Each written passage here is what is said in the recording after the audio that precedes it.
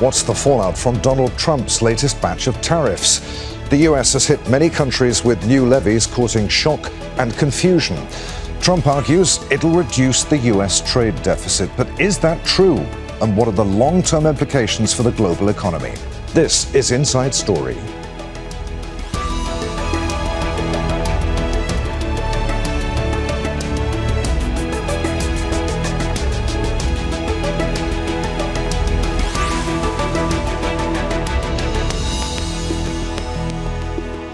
Hello, welcome to the program. I'm Adrian Finnegan. Around the world, countries are scrambling to cope with the latest wave of tariffs imposed by US President Donald Trump.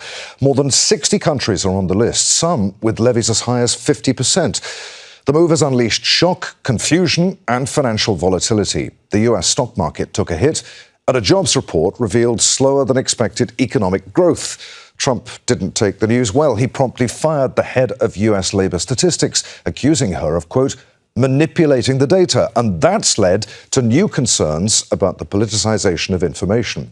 But beyond that, how will these tariffs affect the global economy? Will this controversial foreign policy tool backfire on Trump? We'll explore all of that with our guests in just a moment. But first, 𝐤𝐶𝐞𝐫𝐚 reports. It hasn't been a good week for U.S. President Donald Trump. Shortly after unveiling sweeping tariffs of varying rates on 68 countries, the value of U.S. stocks dropped. On and off tariffs, higher and lower rates on virtually the entire world is shocking trading partners and making investors nervous. Business owners are holding still, unsure of how the widespread tariffs will affect their prospects or their bottom line. The president likes to keep people on their toes, keep countries guessing as to what is likely to happen next. It's also putting pressure on those countries that have yet to sign a trade agreement that there will be consequences if they don't. Trump has long argued tariffs will make the U.S. economy stronger.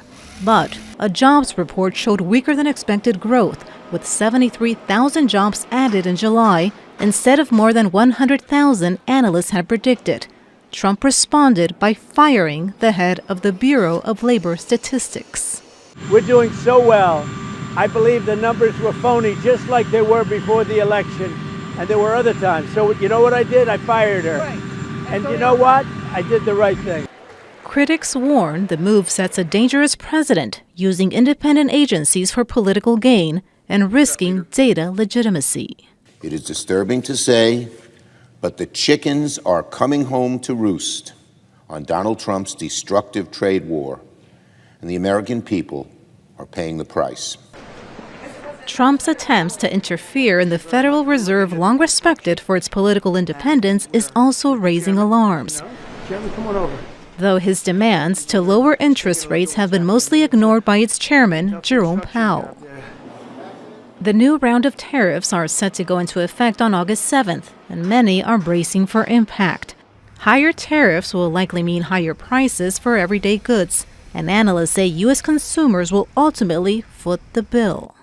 The big question here is really, where are we going, where are we right now with the supply and demand of labor? We saw fewer people participating in the workforce here in the latest month. We know that both legal and illegal immigration have slowed sharply in the United States. And in the past, they had been a key source of new workers being added to the workforce. Abroad, some businesses are turning to other countries, hoping to lessen their reliance on the U.S. Now the world is watching to see what this will mean for the global economy. 𝐤𝐶𝐞𝐫𝐚, Al Jazeera for Inside Story. Let's bring in our guests. From Washington, D.C., we're joined by Harry Broadman, economist and a former chief of staff, President's Council of Economic Advisors, and Assistant United States Trade Representative. From Shizuoka in Japan, Sugero Takeshita is Professor of Management at the University of Shizuoka. And from the U.S. city of Baltimore, we're joined by Steve Hanke, Professor at the Johns Hopkins University, Distinguished Senior Scholar at the Mises Institute. He was also a Senior Economist on President Reagan's Council of Economic Advisors. Gentlemen, Welcome to you all. We've discussed Trump's tariffs several times on Inside Story in the last 6 months, and almost without exception, the trade experts like you that we've talked to have said that they think that tariffs, at least the way in which the Trump administration is applying them, are a bad idea. Harry, do you agree?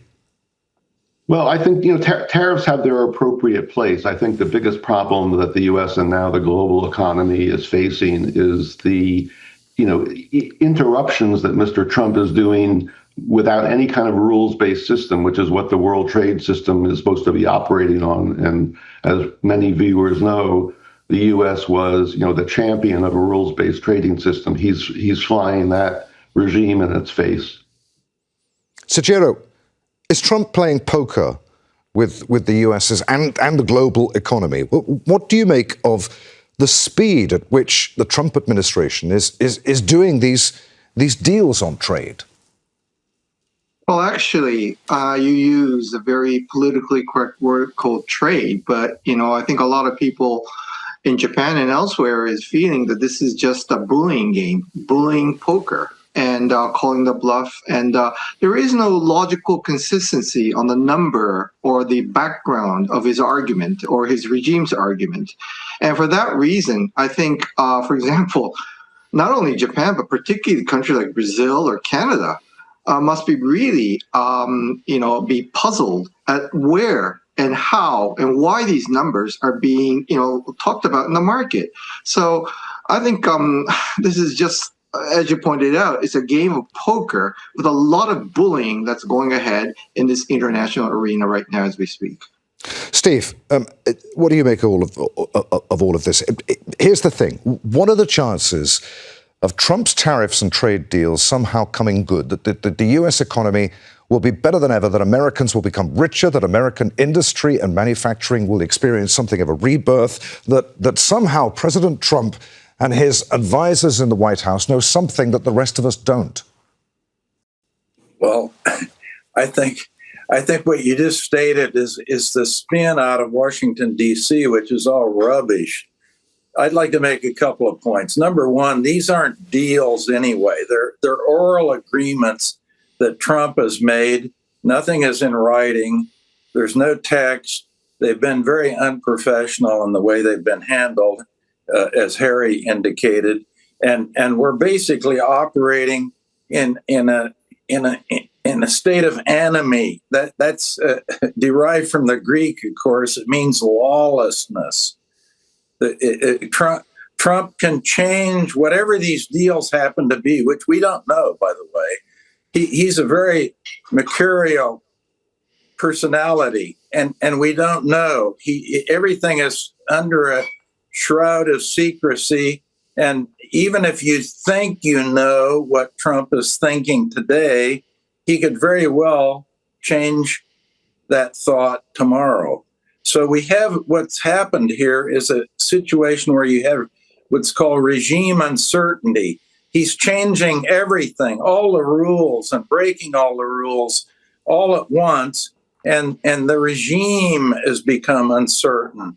And I think the markets aren't factoring this in enough at all. The only time we've had regime uncertainty in the United States before was in the New Deal with Franklin Delano Roosevelt. The New Dealers were changing everything at once, and as a result, the economy basically froze up.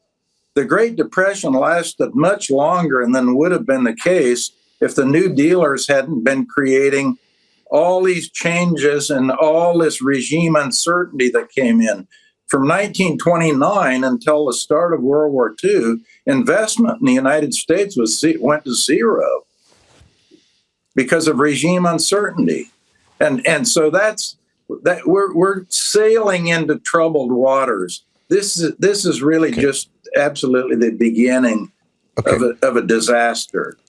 Harry, do you agree with that? You were Chief of Staff of the President's Council of Economic Advisors. Where is Trump getting his ideas from? Who's telling him that these tariffs and trade deals address the trade deficit and make the American economy stronger? I mean, what's the logic behind the White House's tariff strategy? Is there any logic? And why Trump's focus on the trade deficit? Is the rest of the world pardon my language, screwing the US on trade, as President Trump so eloquently put it? Yeah, he's a very eloquent man. I'm from New York, so I understand his type of eloquence. No, I mean, it's a very odd set of behaviors by the president of the largest economy of the world and the economy that has paved the way in the post-Depression era for open markets and, as I said in the beginning, a rules-based trading system. And as Stephen has said, there is no rules in place. There are no guardrails in place. And it's gotten to the point now where he's using tariffs, which are trade instruments, to try to castigate other countries for their domestic political problems, such as Brazil. So I don't know. I wish I knew who is advising him. We can imagine who is advising him, but I'm not sure that he's open to receiving advice well. He certainly seems to be playing from a playbook that is his. And what's interesting is his playbook in this regime is quite different, I think, on the margin from what he did the last time he was in the White House. Don't forget, he was the champion of revising the NAFTA, the North American Free Trade Agreement that encompassed Canada and Mexico, of which I was one of the lead negotiators, to creating a whole new agreement called the USMCA. And now he wants to take that apart. And, so without a rules base, without sort of a proper steering mechanism in place that is transparent, that businesses, consumers, and workers and the rest of the world can follow, it's very difficult to do trade and make investments in a country like this. And as I say, it's the world's largest economy. So it's extraordinarily troubling, I think. This is not just rhetoric on our part, but it's actually, you can see from the data, the wagon is coming off the road.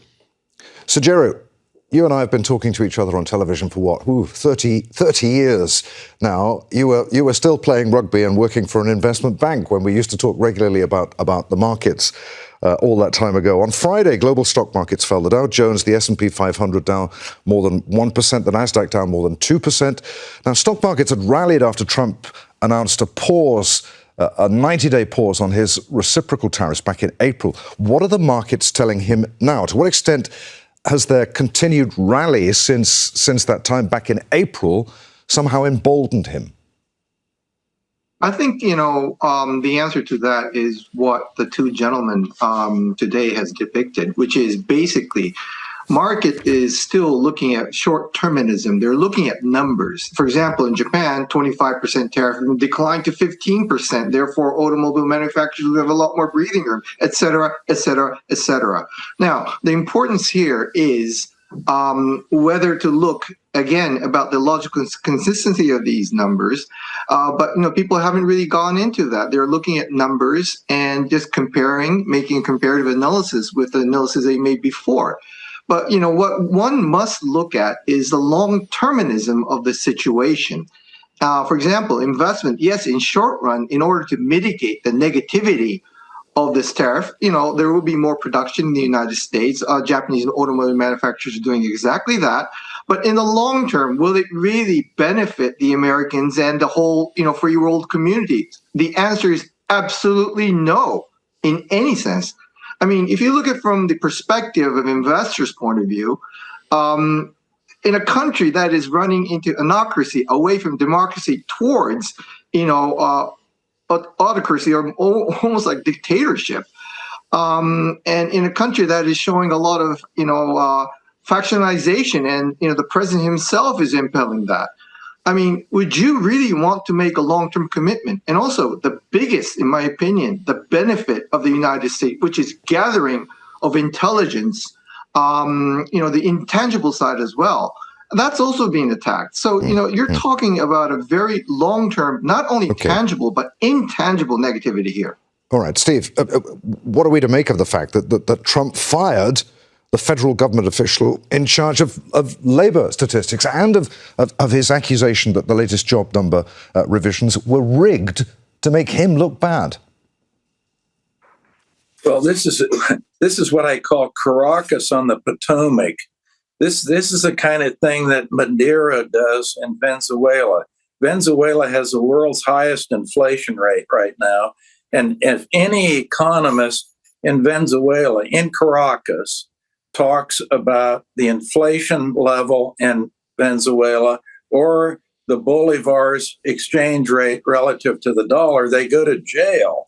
So this and the Potomac, Trump is in the same game. This gets back to the comment about moving towards authoritarianism. This is what's happening. This is unprecedented in the United States. I mean, we've been on the slippery slope going that way as the executive office of the presidency gains more and more authority, which, by the way, was never intended by the founders of the U.S. Constitution. This came roughly in about the year 2000. It accelerated. All presidents want more authority. That's always in the picture.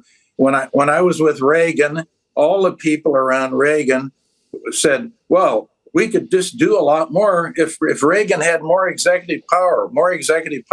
Well, Reagan actually was pushing back against that. He didn't want more executive power because that's not enshrined in the U.S. Constitution. The executive is the one who is supposed to implement the laws that are promulgated by the U.S. Congress. That's the only thing the president is supposed to do.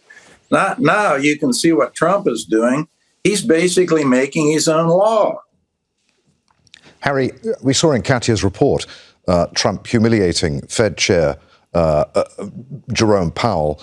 He called him a stubborn moron in a series of social media posts on Friday and called on Federal Reserve officials to seize control from Powell if he fails to cut interest rates, just days after the FOMC held them steady for the fifth consecutive time. Why is Trump so focused on lowering rates, which were, given that jobs report that he was so unhappy with, likely to fall sometime soon anyway? And what's happening with inflation? Trump insists it's been slayed. Has it?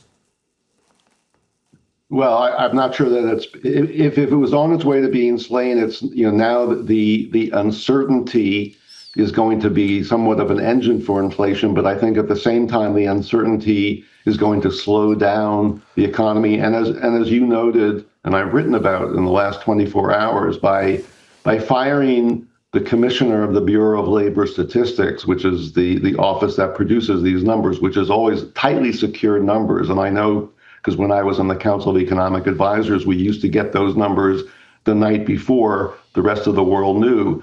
That is really, a dictator-like behavior. I mean, I was beside myself, not emotionally, but professionally when I saw that. And as you note, when we saw the revised numbers for the last 2 months on job statistics, that was ammunition enough probably for Powell and the rest of the FOMC, the Federal Open Market Committee, probably to begin now to lower interest rates. Now with Trump's behavior, I think that the whole apple cart has been upset. And what makes the United States stand above the rest of the world is our independence and economic decision making.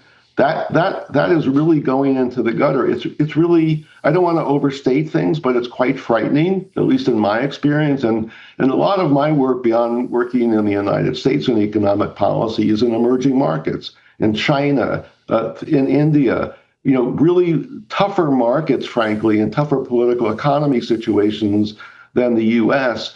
The U.S. under Mr. Trump is veering towards that, direction. And what I'm looking for is some kind of leadership from Capitol Hill, as much as that frightens me to say, and I used to work on Capitol Hill, but who's going to rein in Mr. Trump? Maybe the markets will, I don't know, but he's surrounded by a bunch of people who have been very prominent in the news trying to, quote, negotiate, unquote, trade deals.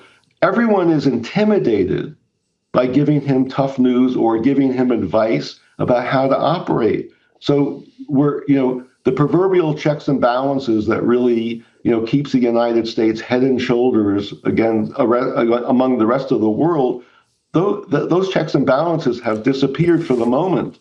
I'm not sure how we're going to resurrect things. So, Jarek, can nations like Japan and blocs who've already negotiated trade deals with Trump, albeit on worse terms than they were before. Now, rest easy, do you think, given everything that we've discussed here? Or does the threat of increased tariffs still hang over them if President Trump feels that these countries have stepped out of line? Is he using tariffs as some form of blunt foreign policy weapon here? Yeah, definitely. He is using that as a weapon, as a bargaining tool. And again, the worst thing about, this regime is that the unpredictability is so high. Tomorrow we could be talking about exactly the same subject on a totally different number, with totally different agenda. So, this is one of the biggest problem about, this Trump, administration, is that it is so unpredictable and it is so volatile. So that, it's very difficult for corporations or the government to basically create a milestone. We don't know what he has under his sleeves yet. For example, countries like Japan and Taiwan, we're very much reliant to the U.S. on security issues.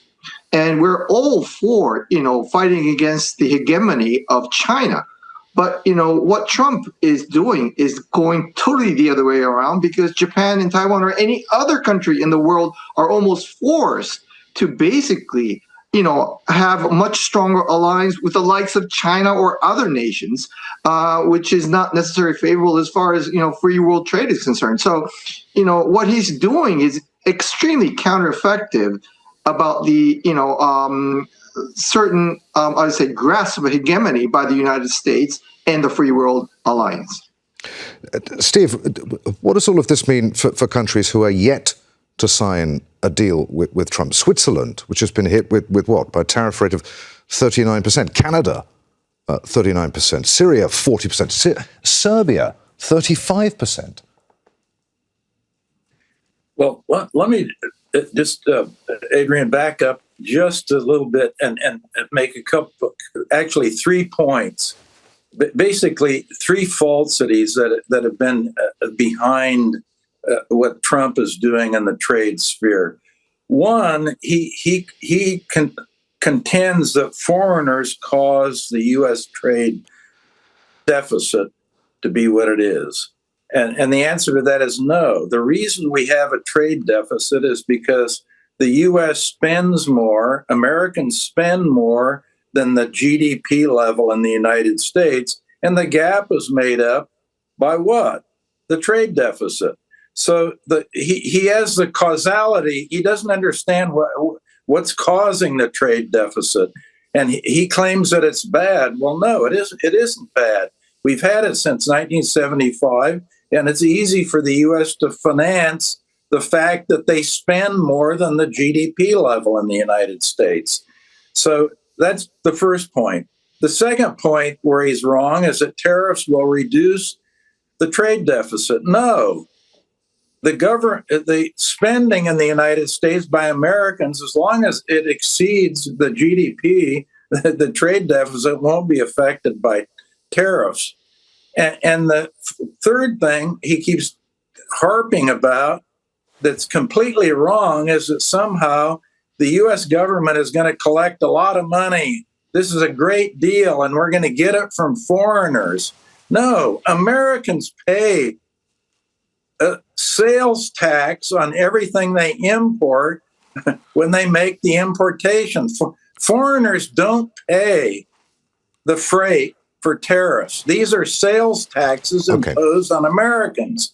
This is the biggest lie and sham going on and con job that I've ever heard. Okay, Harry. Now, all right, yeah, very quickly, Steve, very quickly. By the way, Adrian, the foreigners do get damaged. There is a cost imposed on them, but it's not the revenue coming in from the tariffs. That comes from Americans' pocketbooks. Okay, Steve, quickly jump in on that. I've got about a minute to give you here because I want one final question to Sajira. But you agree with what Steve was saying, yes, Harry? Oh, yes, absolutely. I mean, it's this man apparently went to Wharton for his undergraduate education, and he still does not know who actually pays tariffs.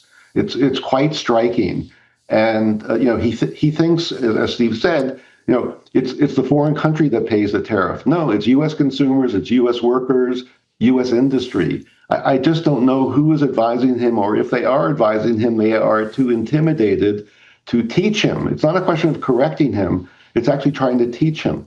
As I say, the wheels are coming off the wagon, unfortunately. It's really a sad outcome. Harry, do Americans know that? They must know. They must hear all this furore about tariffs, and here's President Trump telling them that it's a good thing. Do they know that they're the ones who are going to be out of pocket because of the tariffs? Well, they should, because when the prices rise on the imported, commodities or imported services to the United States, we are the ones, the U.S. citizens are the one who are paying that higher price. It's not the folks who are producing the goods who are paying the price. They're not taking in as much income as producers. But first and foremost, it falls out of Americans' pocketbooks and wallets. Okay.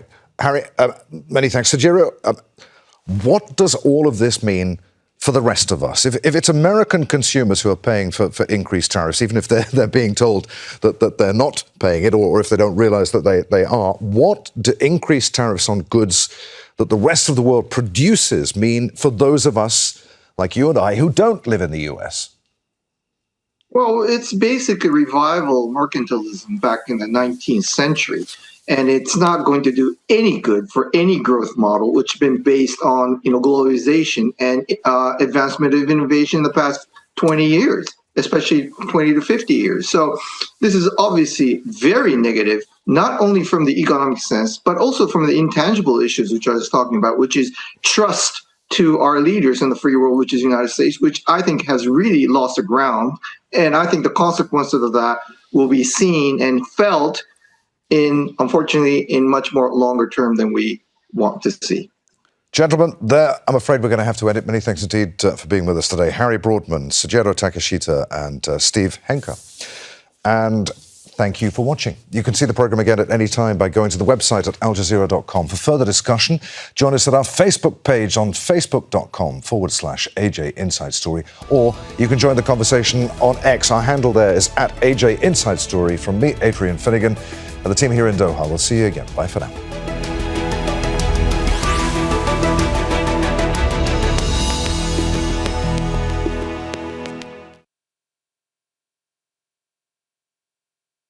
Don't miss out. Get the full picture. Subscribe to Al Jazeera for reliable news, expert insight. Like, share, stay ahead.